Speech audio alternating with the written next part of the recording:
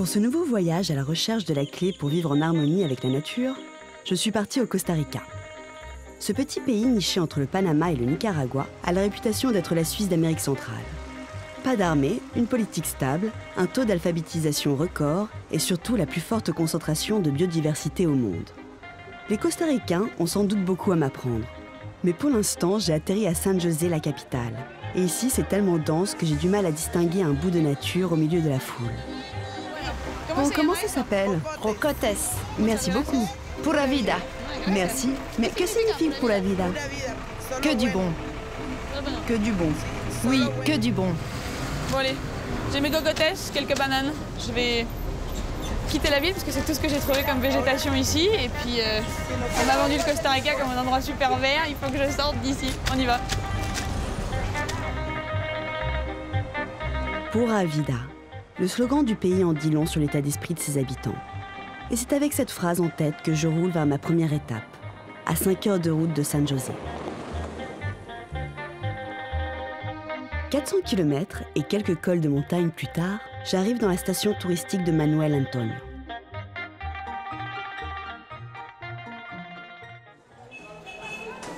Ici, c'est le paradis des Américains en goguette. Et s'ils viennent ici, ce n'est pas pour le blues, mais pour le green. Le Costa Rica, c'est le berceau du tourisme durable. Ici, on vous met la nature à toutes les sauces. Rafting, snorkeling, découverte de la biodiversité. Dans cette ville aux portes du parc le plus visité du Costa Rica, ce n'est pas l'offre touristique qui manque. Je m'embarque dans ce minibus avec un groupe d'Américains.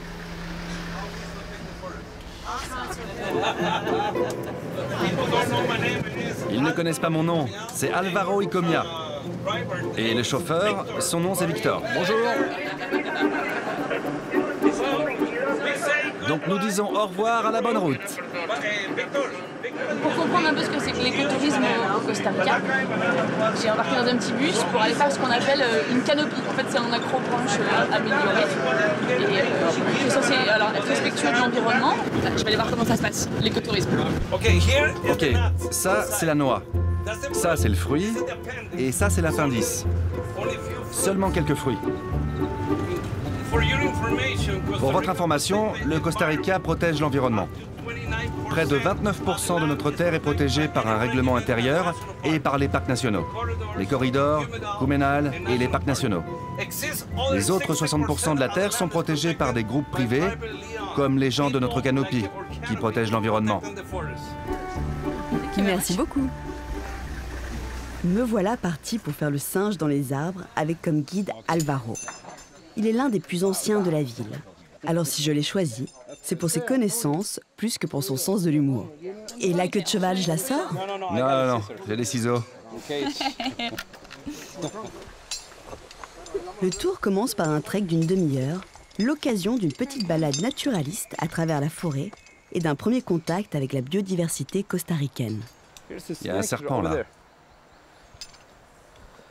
Donc ça c'est un petit serpent, un barred snake, qui vient probablement de leur terrarium, puisqu'ils ont l'air d'en élever en captivité et de la lâcher dans la nature.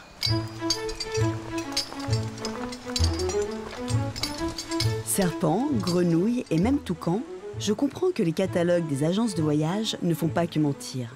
Alors pour les Costaricains, le respect de la nature relève du sacerdoce.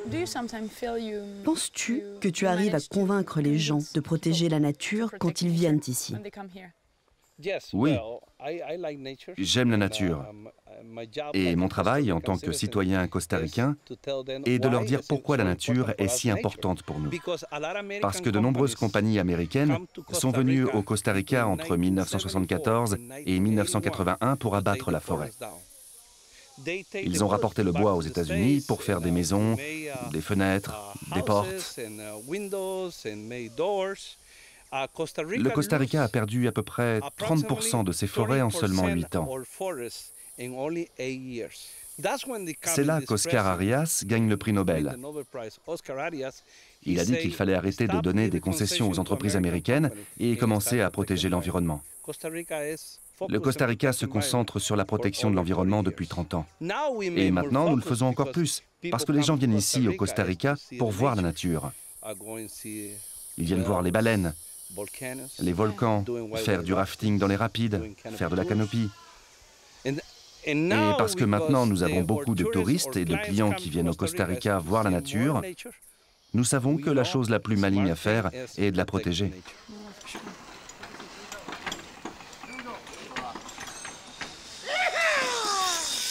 Ok, attrape le câble. De toute façon, les gens, quand ils viennent ici, à partir du moment où ils ne sont pas sur la plage, ils vont vouloir faire un peu de tourisme d'aventure, d'action. Donc quelque part, il vaut mieux cette forme de tourisme dans les arbres sympas, au contact avec la nature. C'est autre chose.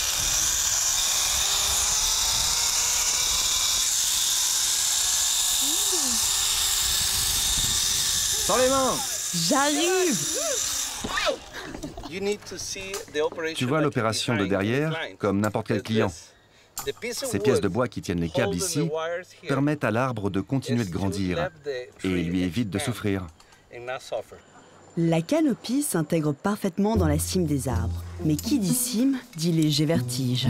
En fait, on est très haut. Donc on va par là? Celui-là, tu peux le faire. Ouais, c'est facile. On sera de l'autre côté pour t'attraper.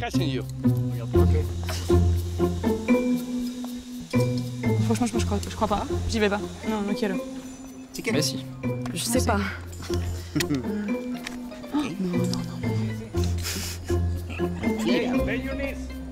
Je vais pas crier. Hein. Ok, Lisa, 1, 2.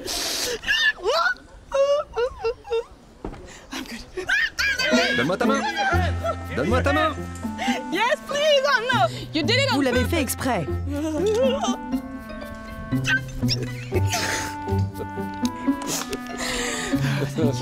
Yeah. Pas trop vite.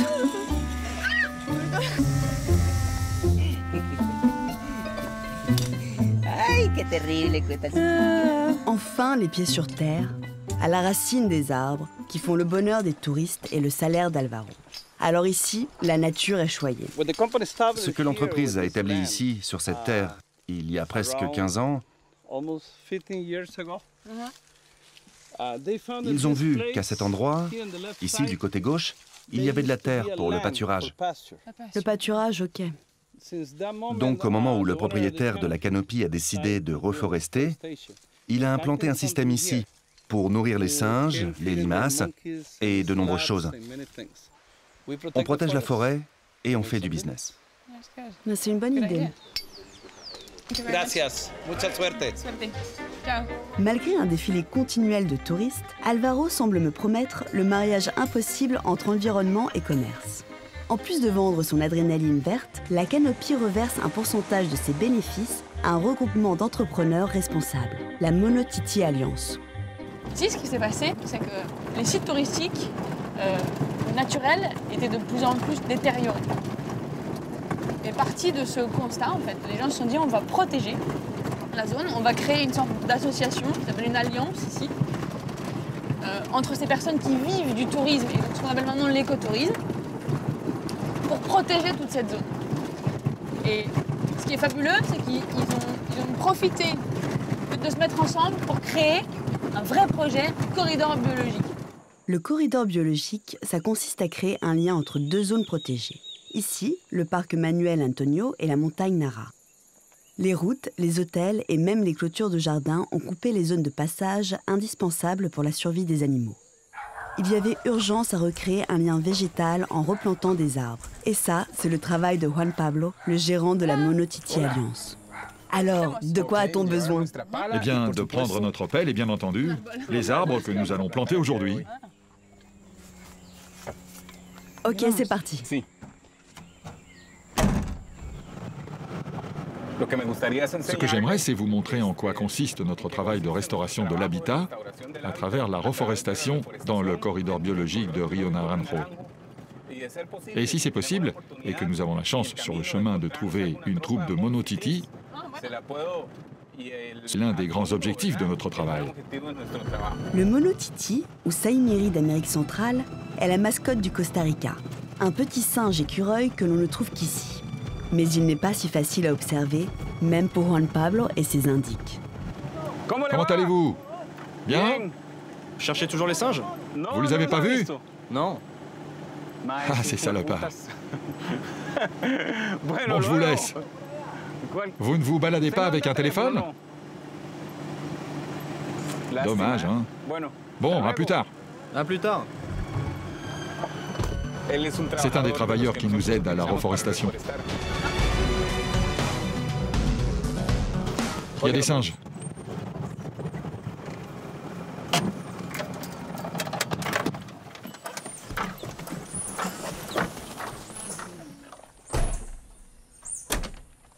Ils sont petits. Donc on était en train de chercher les monotitis avec Juan. On a eu la chance de les trouver au bord de la route.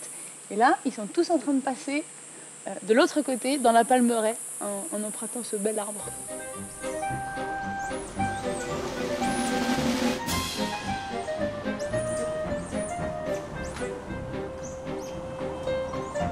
Cette espèce endémique est déclinée en peluche ou en carte postale dans toutes les boutiques souvenirs.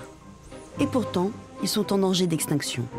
La déforestation intensive des années 80 a réduit les zones d'habitat et isolé les groupes. Dans cette période noire, leur population a été divisée par 50.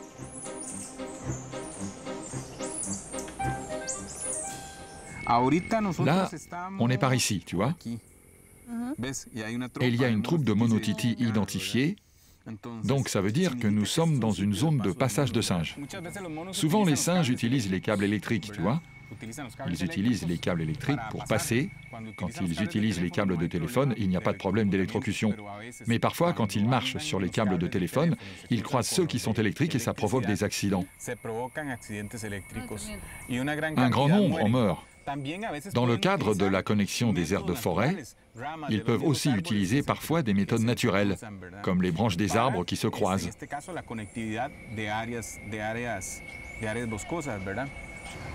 Par exemple, dans ce secteur, ce que nous avons fait, c'est reforester avec ces arbres qui sont derrière nous, pour enrichir ce passage naturel des singes et ainsi essayer d'aider la connexion biologique des aires de forêt, qui est très importante. Tu m'aides? Oui, bien sûr. Merci. C'est nécessaire de planter des arbres ici? Oui, c'est toujours utile de planter et de replanter, parce que certains meurent. La terre sur laquelle on va planter cet arbre n'appartient pas à l'Alliance. Les propriétaires de la région sont tous impliqués et acceptent de céder un bout de terrain pour reforester la zone. Ok, ici ça peut être bien. L'étape suivante est d'apporter l'arbre. Comme ça? Impeccable.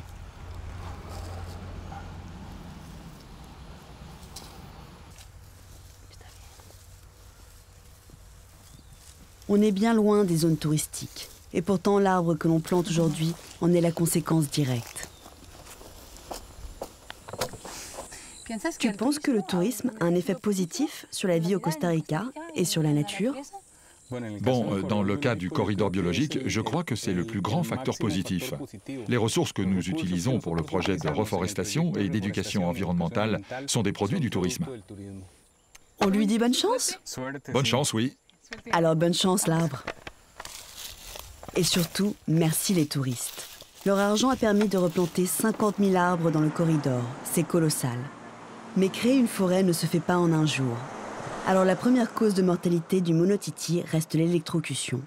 Chaque semaine, Pia, une vétérinaire de la région, est obligée de recueillir dans un sanctuaire ces animaux blessés. Je suis partie à sa rencontre.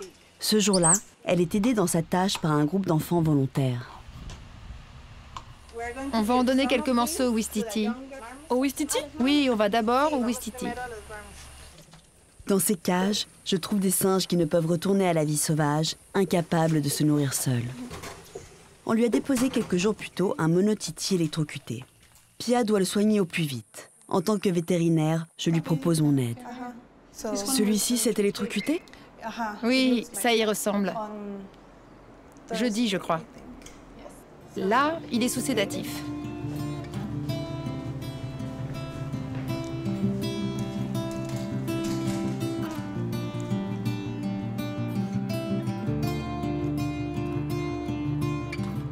Quelle est sa température? Plus de 38. Parfois, cela dépend du voltage du câble électrique. Ou alors ça dépend de combien de temps l'animal reste en contact avec le câble. Certains meurent immédiatement d'une crise cardiaque, d'autres touchent le câble et se font projeter. Donc ceux-là, il est probable qu'on ne les revoie plus jamais. Ce doigt est mort. Oui, ce doigt est mort. Il va aussi probablement perdre toute cette peau. Et peut-être encore un doigt ou deux.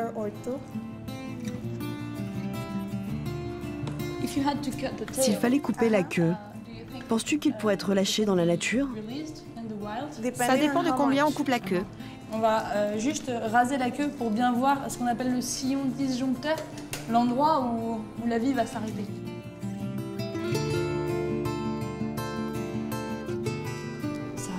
Ça devrait bien se passer. Ça va tomber. Après, il ne faut pas que la gangrène se développe.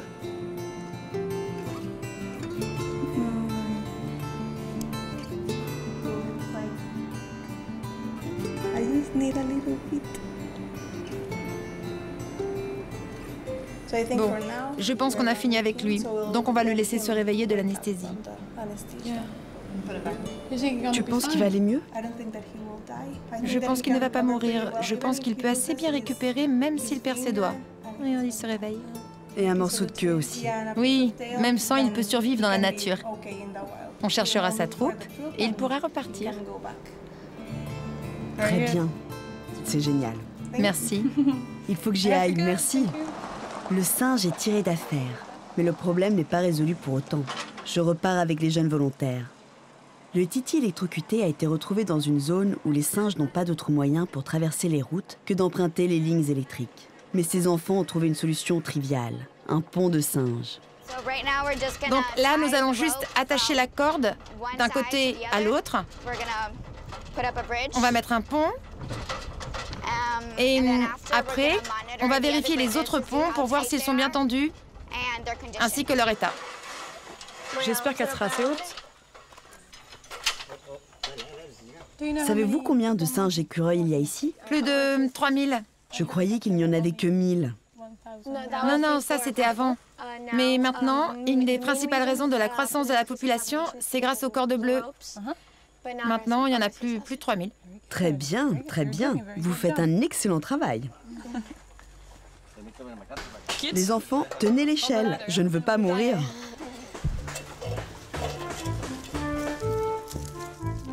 C'est vachement dur. Bon, j'essaye. Ok, good. It's good. Ok. Oh, si c'est bon pour moi, c'est bon pour 100 titis en même temps. L'efficacité de ces cordes bleues n'est plus à prouver. 130 ponts ont été tirés au-dessus des routes dans la zone du corridor biologique. Une solution peu onéreuse et utile à bien d'autres espèces que nos monotitis. Ce ne sont pas des monotitis, mais c'est bien, on est content. Ils les utilisent. Comment tu te sens quand tu vois des singes utiliser les cordes? Eh bien, je l'ai vu tellement de fois, mais à chaque fois que je le vois, ça me fait tellement plaisir. C'est génial de savoir qu'on a aidé à les monter et puis que ça marche vraiment. Ce séjour passé autour des singes a renforcé ma conviction. Les problèmes écologiques sont à prendre de manière transversale et le développement humain cause bien des dégâts. Je quitte la forêt de Manuel Antonio, direction les grandes plages du Pacifique vers le parc national marin Las Baulas. Je traverse le Costa Rica en empruntant la célèbre route panaméricaine.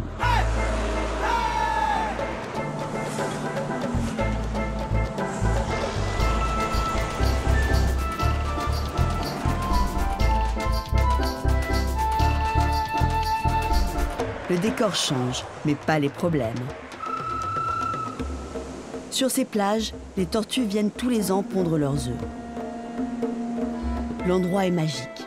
Et apparemment, je ne suis pas la seule à le penser. J'ai rendez-vous avec Billy. Il a dédié sa vie à la protection des tortues, en marge des programmes nationaux. Bonjour. Bonjour, comment vas-tu? Tu es Billy? Oui, Ravi de te connaître. enchanté. Nous sommes juste à la frontière avec le parc maritime de Las Baulas, où des kilomètres de sable sont réservés aux tortues. Mais ici, les plages sont hors de la protection des gardes forestiers. Les touristes et les habitants peuvent y venir sans surveillance, saison de ponte ou non.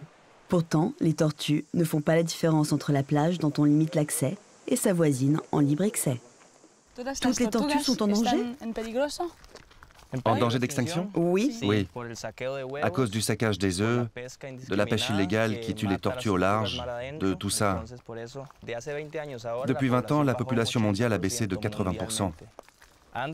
Avant, sur la Playa Grande et Langosta, il y avait 2000 tortues luttes qui venaient. Maintenant, il y en a 20, 30 qui viennent. Parce qu'avant, on volait tous les œufs. Billy n'est pas biologiste. Il s'est formé sous la direction de scientifiques indépendants, mais surtout au contact des tortues. Comme tu peux voir, il y a beaucoup de traces. Là, c'est une trace, non? C'est une trace, et là une autre. Tous les jours, il se rend sur cette plage pour faire un travail de suivi des nids. Il y a eu une naissance ici, il y a à peu près 3 jours. C'est possible qu'on trouve des tortues dedans, comme c'est possible qu'on ne trouve rien. Là, on est en train de faire une exhumation. Donc il y a a priori une quarantaine de petits qui sont sortis il y a 3 jours. Et donc là, on creuse pour aller voir s'il en reste d'autres, si les autres sont morts, si jamais il y a d'autres petits à l'intérieur, on va les mettre dans un seau et les relâcher à la nuit tombée. Alors, on fait le tri entre les œufs. J'enlève ceux qui ont... Regarde, il y a une petite tortue qui sort. Un bébé. Il y a un petit bébé. Bonjour. Donc là, il faut aller chercher un peu de sable humide et le mettre par ici.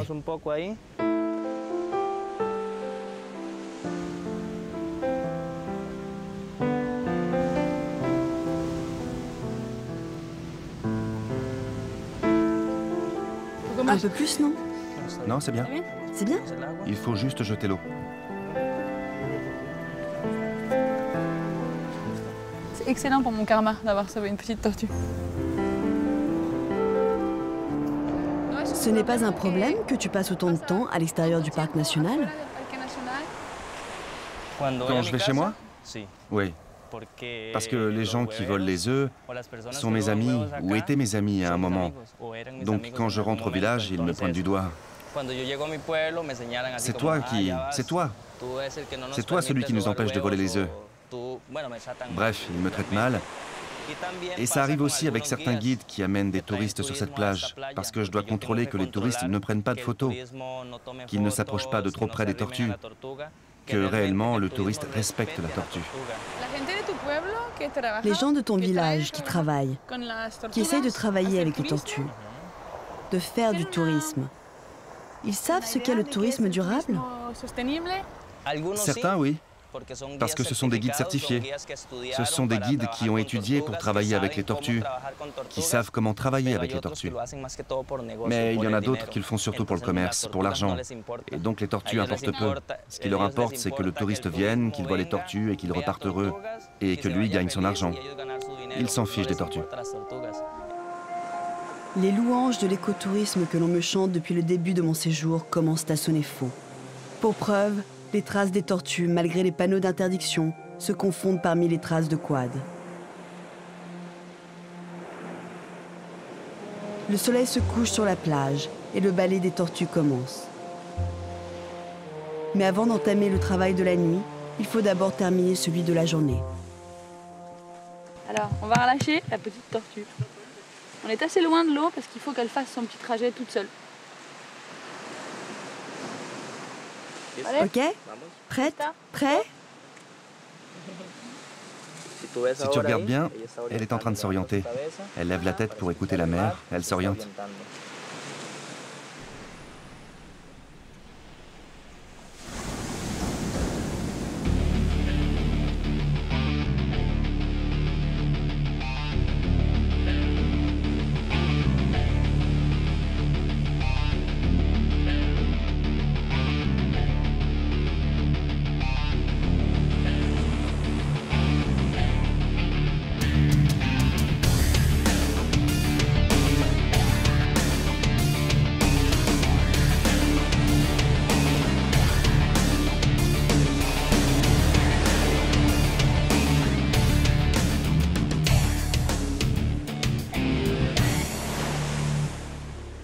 Nous sommes rejoints par un groupe d'éco-volontaires étrangers. Leur travail, aider Billy à sillonner la plage à la recherche des tortues venues pondre. Mais ils ne sont pas assez nombreux pour couvrir toute la zone. car chaque nuit, ce sont des dizaines de tortues qu'il faut protéger. Allez jusqu'à la borne 2 et revenez. Répétez. Marchez jusqu'à la borne 2, 2,5 et revenez. D'accord. Ici, hein? Oui. Par ici. Ça continue jusque là-bas. Pour les trouver, rien de plus simple. Il suffit de suivre leurs traces. La tortue n'est pas très discrète. Que penses-tu de ce spectacle? C'est incroyable. C'est absolument incroyable. Pour moi, c'est une des plus belles choses que j'ai vues. Elle est en train de pondre. Donc, j'ai besoin que tu mettes ta main et que tu retires les œufs sans la toucher. On ramasse les œufs de façon à ce que les braconniers ne puissent pas les trouver. Et on va les creuser un nid dans lequel on va les placer. Sinon, dès que le soleil va se lever, ou même cette nuit quand il va quitter le site, les braconniers vont venir chercher les œufs. Après 30 minutes à plat ventre dans le sable, la ponte est terminée. La tortue aux œufs d'or peut rejoindre sereinement la mer, car une centaine de mètres plus loin, Billy creuse un nid à l'identique. Quand tu déplaces les œufs, tu as combien de naissances? On arrive à un résultat de 90% de naissance. 90%? 90. Ce qui est assez élevé pour des œufs délocalisés. Mais le mieux, ce serait que tout soit naturel. Déjà, en ayant une plage protégée, on pourrait réussir ça, que tout soit naturel.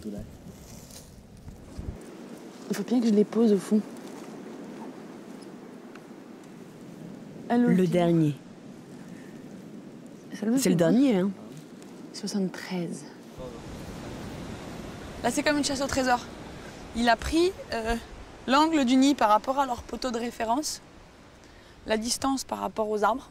Il va prendre la distance par rapport à la mer, je crois. Et après, on va enlever le bâton. Comme ça, personne ne sait où il est. Chaque nuit, à la manière d'un pirate, Billy vient sur la plage cacher ses trésors de ceux qui étaient avant ses amis. Même au Costa Rica, où l'on parle pourtant de paradis écologique, l'appât du gain ne rime pas toujours avec respect de la nature. D'ailleurs, toute la côte souffre de la pollution. Au bord de la mer, les déchets s'amoncellent.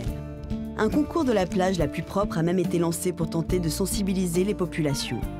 À l'origine de cette idée, la Bandera Azul Ecológica.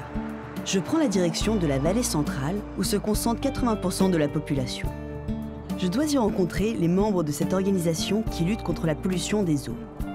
La Bandera Azul Ecológica, c'est la mise en commun des compétences des ministères, d'entreprises du service public, de citoyens et, comme toujours ici, des professionnels du tourisme. C'est le cas de Raphaël, qui en dehors du comité gère une entreprise de rafting. Pour lui, des rivières propres, c'est doublement vital.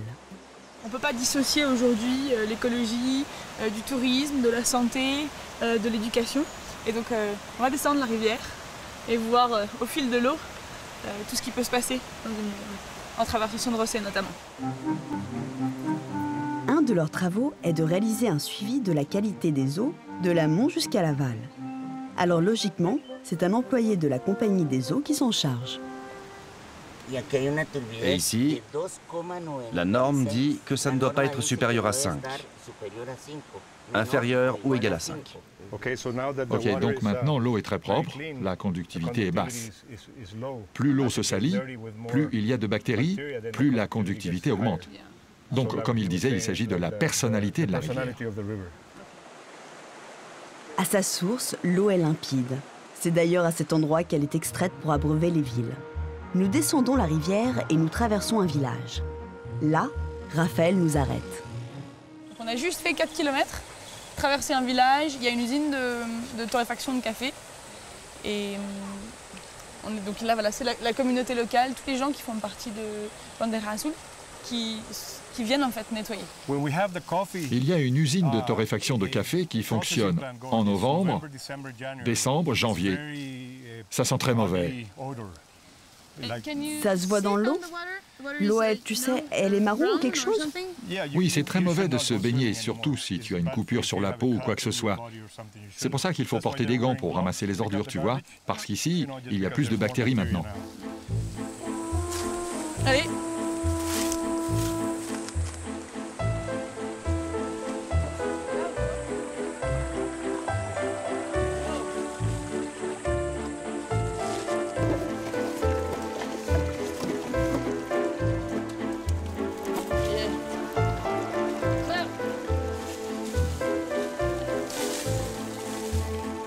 Ça, par exemple, c'est une belle pêche.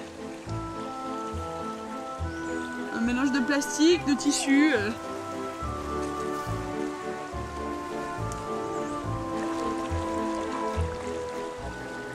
Ah, bon travail. Ce que nous sommes en train de faire, c'est la dernière chose qu'il faut faire. La dernière. Il ne faut jamais nettoyer un fleuve avant d'éduquer ceux qui le polluent. Donc le projet des microbassins, c'est d'éduquer les communautés avoisinantes du fleuve pour qu'ils le valorisent. Et donc en même temps, commencent à le protéger. Nous laissons la communauté finir le ramassage et poursuivons notre route. Prochaine étape, San José. 4 millions de personnes et tout le bassin industriel du pays. La ville m'avait déjà laissé un goût amer à mon arrivée. Tu vois, les maisons sont vraiment juste au-dessus des rivières. Elles sont toutes juste là. L'arrière de la maison donne sur la rivière.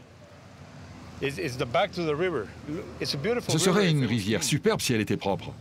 Mais toute la ville lui tourne le dos. Toutes les ordures ménagères vont directement à la rivière. Oui, oui. Tu vois des mélanges, de l'essence. C'est vraiment dégoûtant. Tu sais, les gens, ils jettent tout ce qu'ils ont dans la rivière et c'est fini. Le problème est parti. Mais le problème continue de descendre la rivière. Toutes les eaux usées des maisons, tout va dans la rivière. Tout ce que tu vois de ces maisons, toutes leurs eaux usées finissent dans la rivière. Il n'y a pas de traitement des eaux. Et c'est une des choses que nous essayons de faire avec Bandera Azul, de dire « Hey, il nous faut des usines de traitement des eaux ». Le travail de lobbying du comité commence à porter ses fruits. Certaines usines ont accepté de recycler. Mais la route est encore longue. Nous continuons le périple sur une dizaine de kilomètres jusqu'à un barrage hydroélectrique. Tous les déchets de la ville se retrouvent pris au piège dans cet entonnoir. Nous sommes en saison sèche, peu d'eau et donc peu d'ordures. Mais c'est la période idéale pour les prélèvements. Raphaël a mis à disposition un de ses canots de rafting pour l'opération. C'est l'expédition Garbage. 50 tonnes par jour, ils extraient vraiment de déchets qui arrivent de la ville tous les jours pendant la saison des pluies. Et donc là, on descend le bateau dans la pelle à ordures du barrage. Et en fait, ils sont obligés d'extraire, la compagnie d'électricité est obligée d'extraire les ordures qui, de toute façon, s'ils ne les enlèvent pas, vont boucher les turbines du barrage. Donc c'est devenu une nécessité écologique.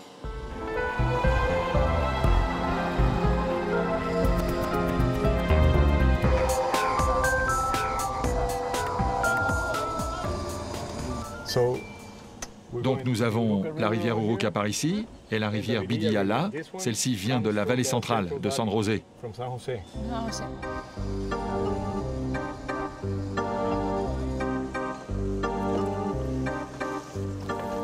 a quand même des oiseaux. Tu sens rien que l'odeur. L'odeur. Commence à être... C'est les bulles, moi, qui m'impressionnent.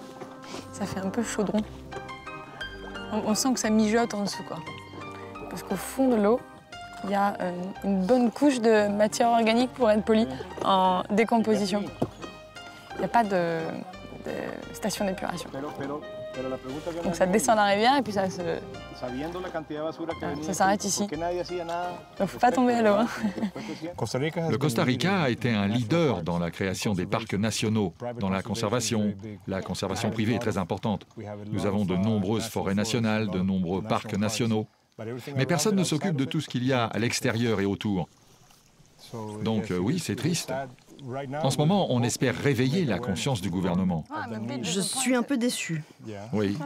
C'est un peu trop tard? Non. Ce n'est jamais trop tard. Non, ce n'est jamais trop tard. Je pense que ce n'est jamais trop tard. Oui, la nature est capable de s'en remettre. Les rivières sont capables de s'en remettre. Nous avons besoin d'usines de traitement des eaux, nous avons besoin de lois plus strictes pour l'industrie. Nous devons cesser de produire des déchets solides. Il doit y avoir plus de recyclage. Les municipalités, les gouvernements doivent s'impliquer et c'est notre mission pour espérer que quelqu'un fasse un travail sérieux.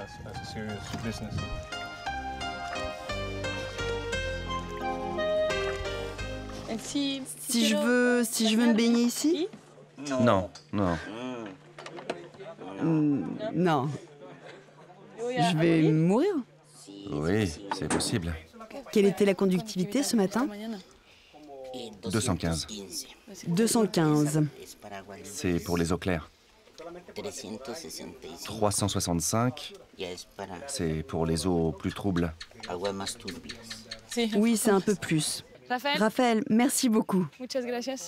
Merci pour cette expérience ordure. Oh, pas de quoi. Super. Et je vais voir votre travail plus bas sur la rivière. Merci, au revoir. Je quitte Raphaël, mais pas le projet. Je dois suivre la rivière Tarcolès, qui s'écoule encore sur 50 km jusqu'à son embouchure.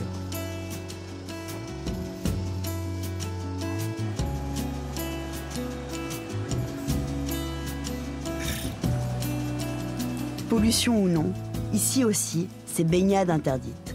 Le site est bien gardé. C'est le royaume des crocodiles géants.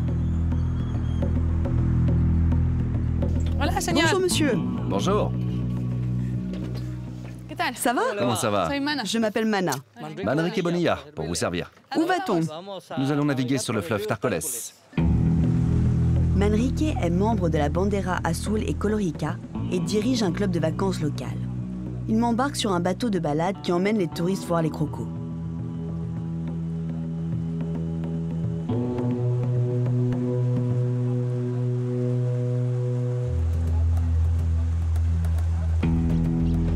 Mais nous, aujourd'hui, ce n'est pas un reptile que l'on cherche. Pourquoi on s'arrête ici? Parce qu'il y a des pneus. Un.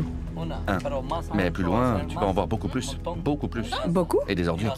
Des pneus et des ordures. On y va. Bon, très bien. Sur le bateau, que des employés de l'hôtel, qui participent plusieurs fois par an à cette pêche aux pneus. Faut que je vois ça. Dan, Il y a une route tracteur aussi. j'aimerais qu'un jour on ne voit plus de crocodiles avec la tête coincée dans un pneu et que les touristes puissent voir des rives propres. Et pourquoi il y a autant de pneus? Parce qu'ils descendent avec les averses. Ils descendent du plateau central. Toutes ces quantités d'eau, les bassins des différentes rivières, tout arrive ici, sur les rives du fleuve. Il est bien enfoncé quand même.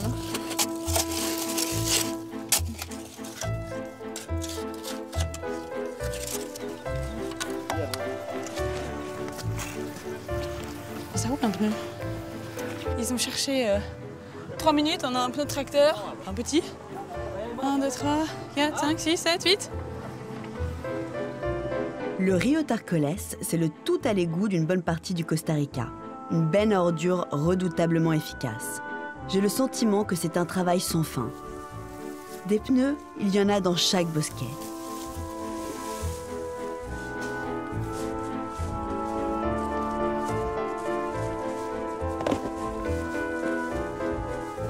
D'ailleurs, je n'imaginais même pas qu'il puisse y avoir autant de voitures dans ce pays. Combien de pneus tu trouves à chaque fois? Combien de pneus récupérés? Il y a des fois où on récupère 4500, des fois 2800, 3800. La première fois, on avait récupéré 1800 pneus. Ainsi, au fil des années, la quantité de pneus que l'on sort de là augmente.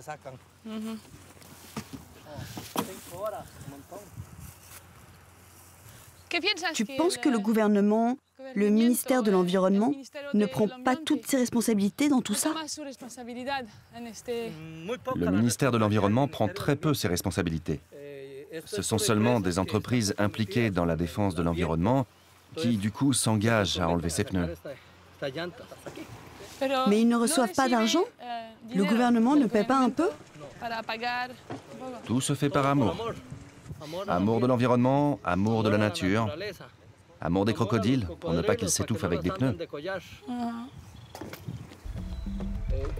Et pour les affaires. Et pour les affaires, bien sûr. La conscience des gens, ça, il ne faut pas le jeter dans les fleuves. Il faut chercher des lieux pour recycler les pneus. Il faut former les consciences des enfants dans les écoles pour aller de l'avant, parce que pour les adultes, c'est déjà trop tard. Nous ne comprenons pas. Le changement viendra des enfants.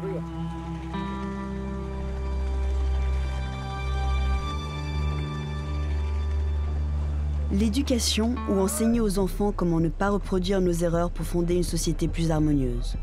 Au Costa Rica, beaucoup d'initiatives comme la Bandera Azul et Colorica associent les écoles à leurs projets. Je vais dans un village de pêcheurs perdus dans la mangrove avec Isaïas, un professeur de biodiversité. Isaïas, où on va?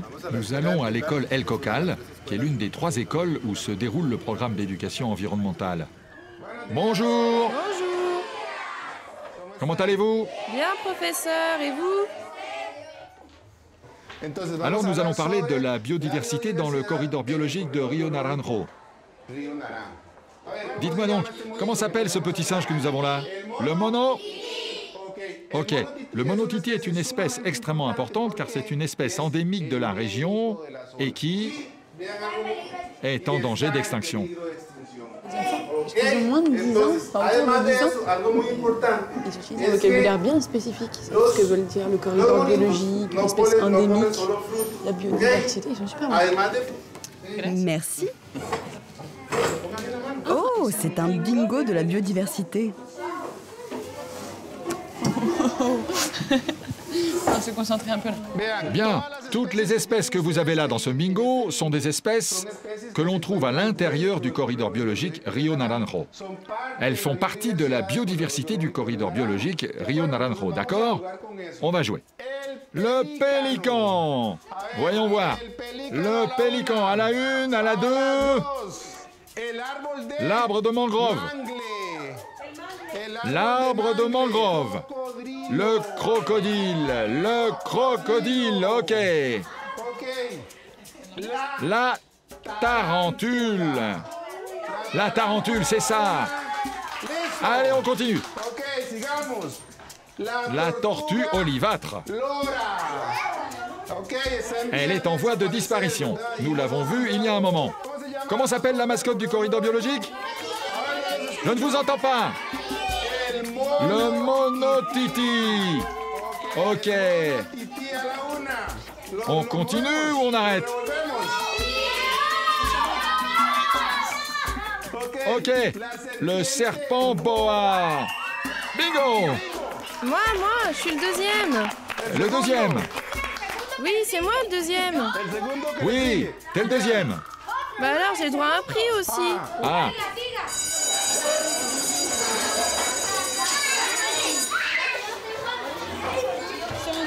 Ils sont toujours contents comme ça, les enfants?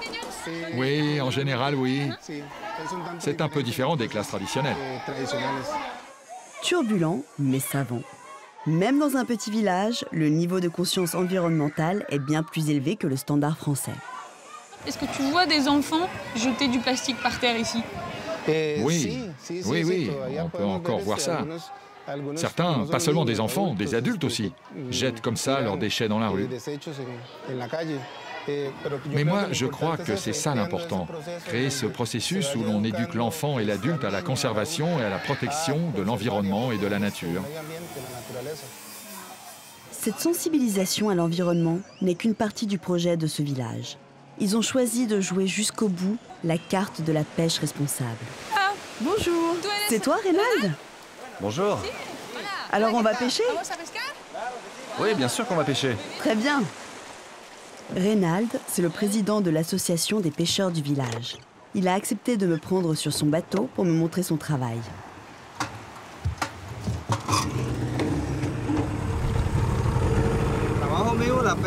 Dans mon travail, la pêche responsable consiste à, disons, ne pas pêcher les petits poissons, seulement les grands. C'est ça la pêche responsable. Parce que si on élimine tous les petits, on se retrouve sans poissons. Donc seulement pêcher les gros pour qu'à l'avenir, il y ait du poisson pour tous. Et c'est la même chose pour les mangroves. En ce moment, on est en train de les protéger. Elles nous aident parce qu'elles permettent aux poissons de se reproduire. Plus il y a de mangroves, plus il y a de naissance de poissons.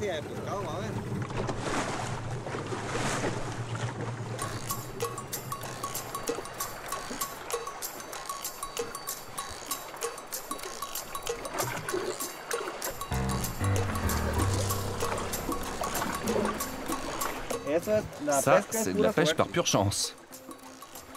C'est de la pure chance, cette pêche. De la pure chance. Nous sommes en train de pêcher. Moi, j'ai de la chance et pas vous. Au même endroit, moi, j'arrive à pêcher et pas vous. Du coup, les gens s'énervent. Pourquoi? C'est de la chance, de la pure chance. Je m'étais penché.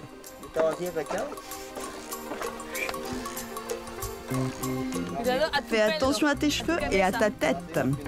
Et là, je me suis pris dans l'œil. Moi, je vais vous sortir un espadon. Alors. Ça y est? Non.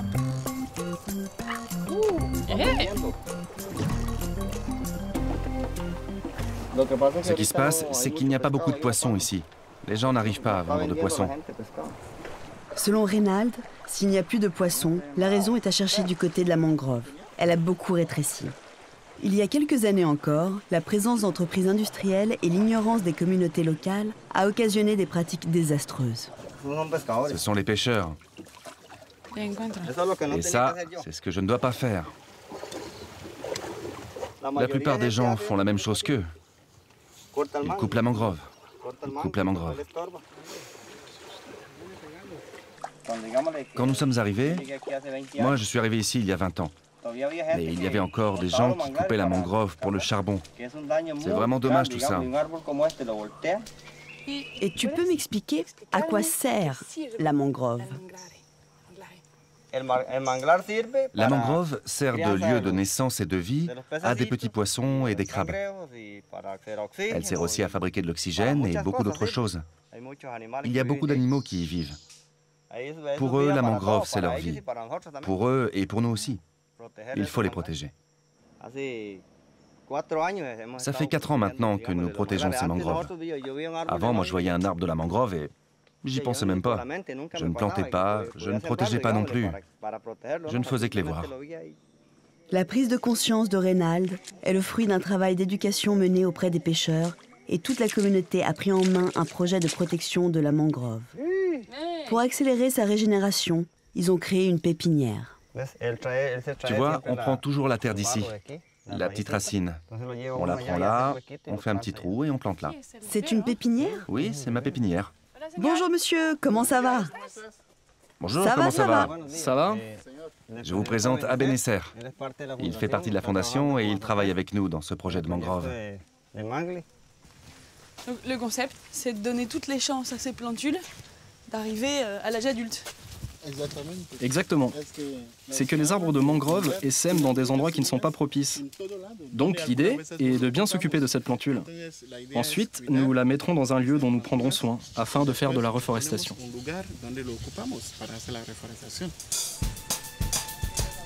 Cette pépinière est un petit pas en avant, mais elle démontre l'essentiel. Quand il est question d'environnement, il est nécessaire d'impliquer les acteurs locaux pour ne pas marcher à contre-courant.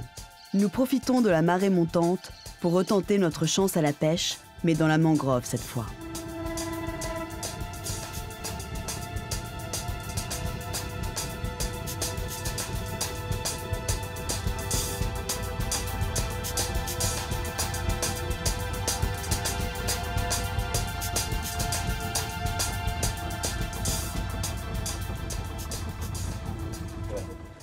Un instant. Et même si ça ne mord pas aujourd'hui, Reynald a confiance en l'avenir. Maintenant qu'on protège et qu'on plante les mangroves, je trouve que c'est quelque chose de très bien. Parce qu'on peut dire que tout ce qui a été coupé est revenu. Avec le temps, peut-être que ce ne sera pas du jour au lendemain, il faut prendre le temps avec les gens, la population, du moins avec les plus jeunes, les enfants. Il faut qu'ils voient et qu'ils poursuivent la tâche que nous sommes en train d'accomplir. Et puis, apprendre quelque chose aux nouvelles générations à venir, je pense que c'est quelque chose de très bien. Reynald m'a prouvé que le Costa Rica est à un moment charnière de son réveil écologique. Les efforts réalisés depuis 20 ans pour protéger la biodiversité font de ce pays une vitrine. Le tourisme d'ailleurs, malgré ses travers, a su se transformer pour devenir la locomotive du changement. Vite, vite! Avec ça? Oui, oui. Ramène vite la ligne.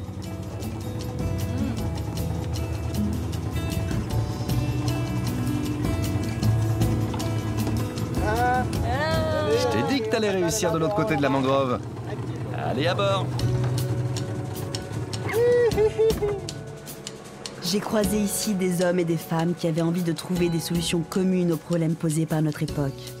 Alors même si tout n'est pas toujours vert au Costa Rica, il faut savoir être patient. Les graines plantées par tous ceux que j'ai rencontrés deviendront demain des forêts.